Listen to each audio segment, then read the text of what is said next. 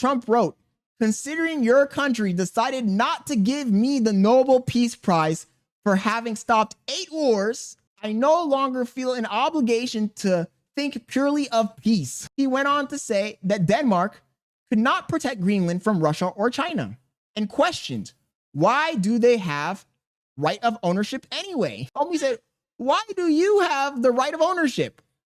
There's no written documents. It's only that a boat landed there hundreds of years ago. Under that logic, you can say that about any country. The UK, there is no UK. Why do they have right of ownership? Just because they had a king establish the country 1,000 years ago? That doesn't mean anything.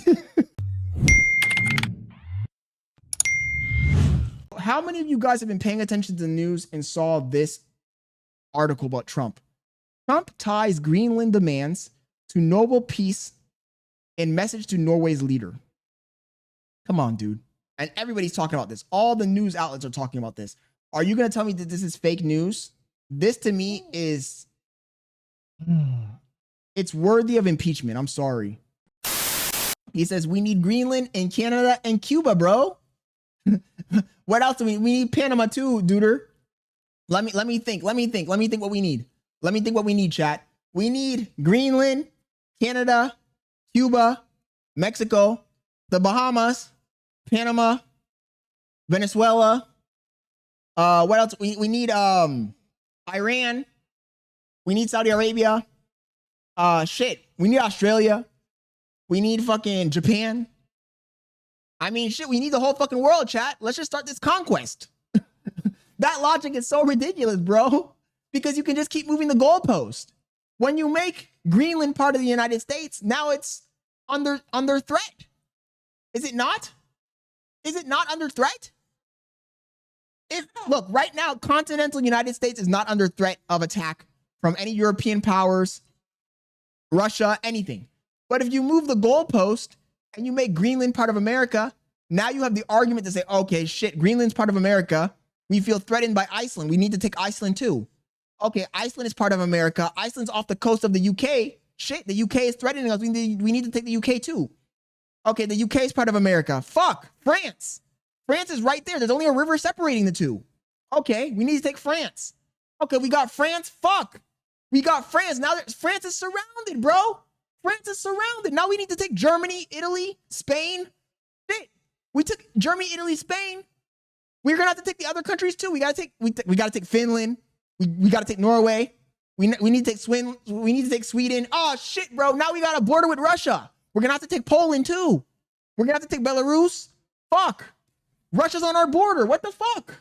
We're gonna have to attack. And I like Trump. I said Trump is funny. He's a good entertainer.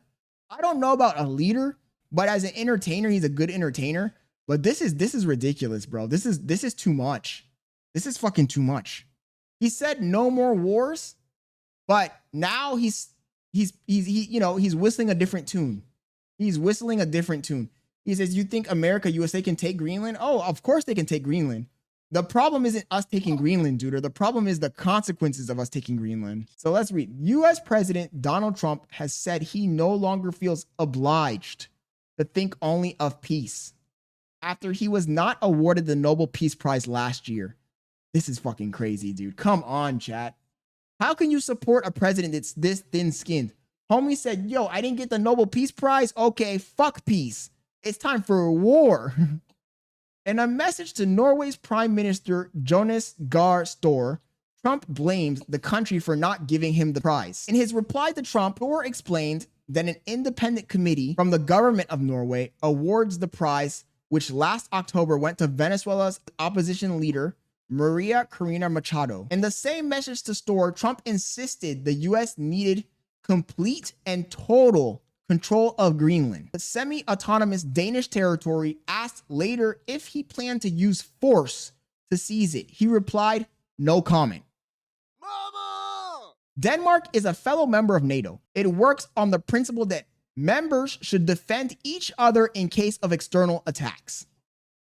There has never been an attack by one member against another since the alliance was founded in 1949.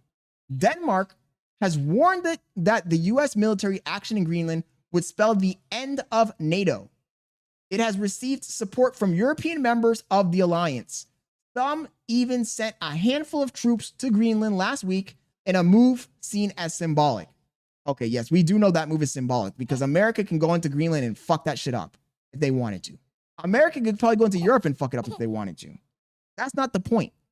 The point is that these people are supposed to be our allies. Do you know why we're allies with Europe? Do you want to know the real reason we're allies with Europe? The real reason we're allies with Europe is because Europe is our cannon fodder. Europe is the vanguard of whatever attack America wants to do in the Eastern European region, in Asia, in Africa, or in the Middle East. We depend on Europe as a vassal state.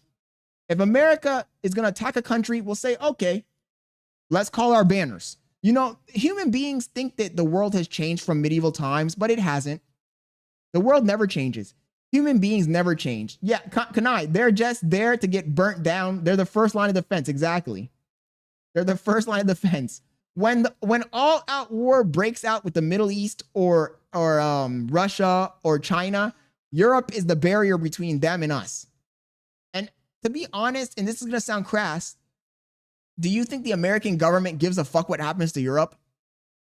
If Russia attacked Europe and nuked the shit out of Europe, do you think America really fucking cares about them? But the problem is that right now we're showing our hand. That's the problem. We're showing our hand. For hundreds of years, for the last, 50, 60, 70 years, America's been playing this game where we pretend to be the morally superior nation. And Trump is kind of ruining that whole facade. And I argue that after you burn the bridges with Europe, there's no turning back. Even if the next president is an amicable president who's trying to heal the wounds that Trump has caused, it's not going to matter because now Europe is seeing that there is no stability in America, right? You can have a president that fully reverses all international foreign policy and comes up with their own. And at that point, there's no stability. What made America strong and reliable is that we had the consistent foreign policy that we were adhering to. Once you have one president changing it, another president coming in, changing it, another president coming in, changing it, there's no longer stability. You can no longer rely on the word of the United States. You know, a lot of the times we think of countries as foreign bodies, right? But the truth is, you got to think of a country just like a person. A country has its word that it needs to stand by. A country needs to be reliable. A country needs to have a high IQ overall. And unfortunately for America, we're failing in all three of those areas.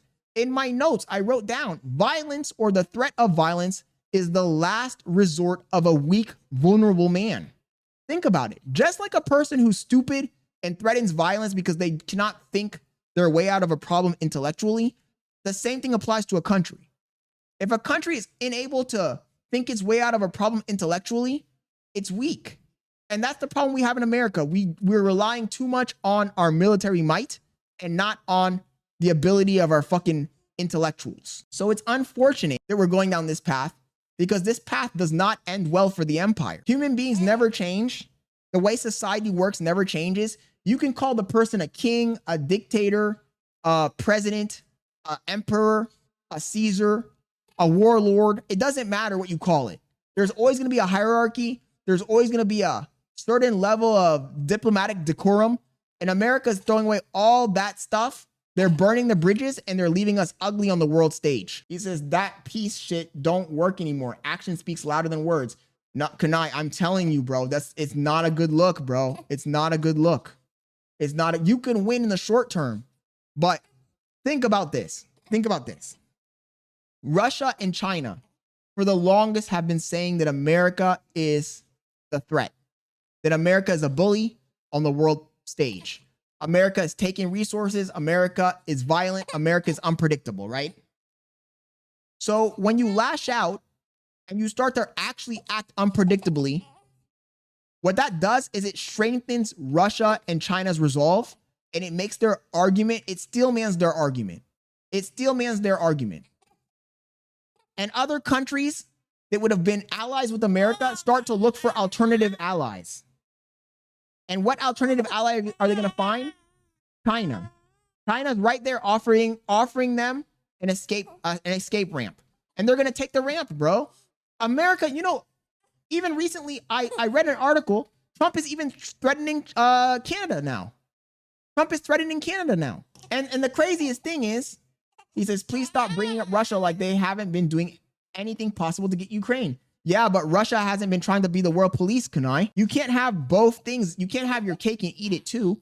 You can't say that you're a country that is establishing international law, but then when the time comes for you to abide by international law, you refuse to abide by the laws that you established. That makes no sense. What I'm trying to say, chat, is that you can't say that you're the arbiters of morality and the country that's establishing the international law, but then you don't abide by the international laws that you've established. That reveals a hypocrisy in your own foreign policy. Okay, let's get back to reading this article while I wait for this bottle. It says, Denmark has warned the U.S. military action in Greenland would spell the end of NATO. It has received support from European members of the alliance. Some even sent a handful of troops to Greenland last week in a move seen as symbolic. However, Trump followed that deployment with an announcement to impose a 10% tariff on goods from 8 NATO allies, including the UK, from February 1st if they opposed his proposed takeover of Greenland, and threatened to raise it to 25% by June. Damn, Trump is going crazy with that shit. It was in this context of heightened tension that Jonas Storr sent a message to Trump on behalf of himself and the Finnish president, Alexander Stubb. The two European leaders said, we also should work to take this down and de-escalate. So much is happening around us where we need to stand together. In his reply, Trump wrote, considering your country decided not to give me the Nobel Peace Prize for having stopped 8 wars, plus I no longer feel an obligation to think purely of peace, although it will always be predominant, but can now think about what is good and proper for the U.S. Bro, Trump is wilding with that one. Trump is wilding with that one, bro. Homie said, I am no longer considering peace. I did not get the Nobel Peace Prize. Since I didn't get the Nobel Peace Prize, I am no longer considering peace. He went on to say that Denmark could not protect Greenland from Russia or China, and questioned, why do they have right of ownership anyway? Oh, bro, this is fucking crazy. This is crazy. How are you going to ask such a fucking stupid question? What do you mean, why do they have right of ownership? He says, Trump be trolling. Could I? What the fuck does he mean? Why do they have right of ownership? Oh my God. There are no written documents. It's only that a boat landed there hundreds of years ago. But we had boats landing there also, bro. Trump said, yo, who told you that you're the, this logic can be applied to anything, chat. At that point, right, baby, this logic can be applied to anything. Homie said, why do you have the right of ownership? There's no written documents. It's only that a boat landed there hundreds of years ago. Under that logic, you can say that about any country. The UK, there is no UK. Why do they have right of ownership? Just because they had a king establish the country 1,000 years ago? That doesn't mean anything. Yo, Trump be wilding, chat. Like, come on, bro. That argument is so fucking stupid because you're just moving the goal. You're literally, it's not even figuratively. You're literally moving the goalpost. You're literally moving the goalpost, bro. It's a dangerous path because you're just moving the goalpost further and further away. He says, what right of ownership? There is no written document. It's only that a boat landed there hundreds of years ago. We had boats landing there also. I have done more for NATO than any other person in its founding. And now NATO should do something for the United States, he said. The world is not secure unless we have complete and total control of Greenland. Yo, he's sounding like a fucking dictator, bro. I'm not even gonna lie. He's sounding crazy. Trump is wilding, dude. How can you, guys, come on, chat. Come on, chat. Let's be real here, man. Is this reasonable? I'm sorry, but I feel like this is giving the upper hand to all of our fucking enemies. And this is why I said that low IQ streamers are hurting our society, because when I try to have a stream that's highbrow, where you can learn something, hear somebody's opinion on something political, we have 5 people watching the stream. But if we're watching some dumb shit, it doesn't matter at all. We have a whole bunch of people watching. I'm convinced that people just like stupidity, bro. They love something that's easy to digest, and they don't want to watch highbrow content where they can actually learn something. And if I sat here and I taught you guys how to code, if I sat here and I taught you guys how to read books, if I did anything that was intellectual, the stream would die. How many people are still locked in watching the stream, chat? Because I'm trying to give you guys some fucking knowledge tonight. He says, bro, shut up, Scott, and feed your baby. Your daddy's a lol cow. How does that make you feel, baby? They want to milk your daddy.